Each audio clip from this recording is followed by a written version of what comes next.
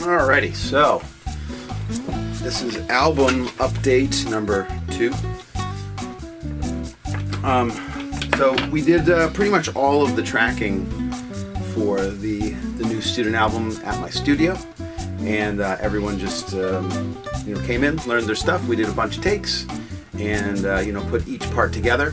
So I believe we have approximately 85 players on this, and I will not be playing a note on the student project.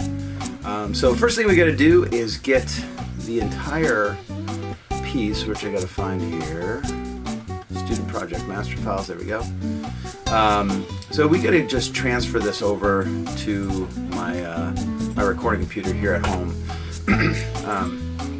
So this is going to take a while. So that's step number 1. Let's see how long this is going to take. It's going to take a few minutes. So I'm just going to leave this here, let it roll. I'll be back in a few.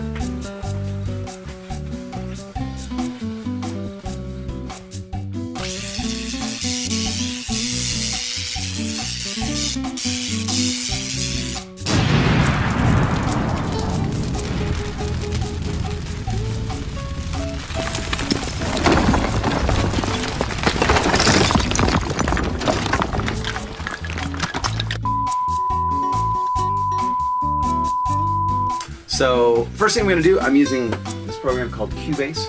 I've been using this forever. I finally upgraded after 16 or so years on an old version of it.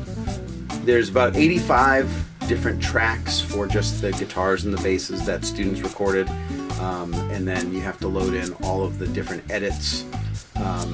It looks like we've recorded about 1,500 tracks while this was happening.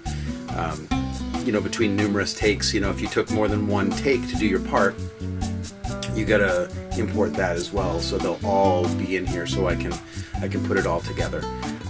One of the challenges with this is I ran out of tracks at my studio, so now we have to break all this up into more tracks. So that's gonna take a little while. So now the next step is this. What I'm gonna do is I'm gonna break this down. Got a lot of different parts here.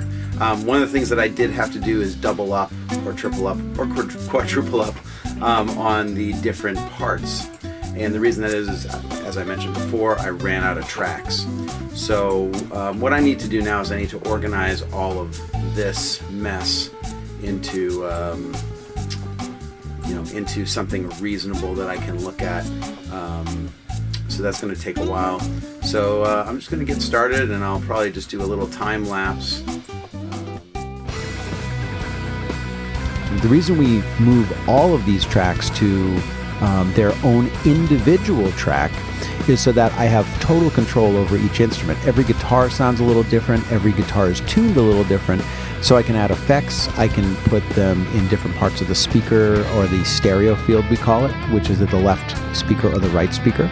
And then we can have full control over each part versus trying to set up a single track that has many guitars and having to make adjustments and kind of live with those adjustments without having full control.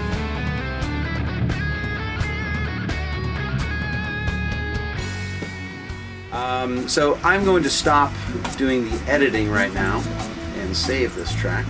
And Xavier and I are going to get started on the drums. So I can always complete this, the other edits later. So we have enough to kind of work with to get the drums started. So anyway, there's a little sneak peek at what happens, when you have 85 people on an album. And that's 85 tracks? Not yet. We're only up to 60. 25 more tracks. Yeah, well, and what I have to do is got to break all these down. So anyways, there we go. So we're going to start some drums. So we'll see you in a few.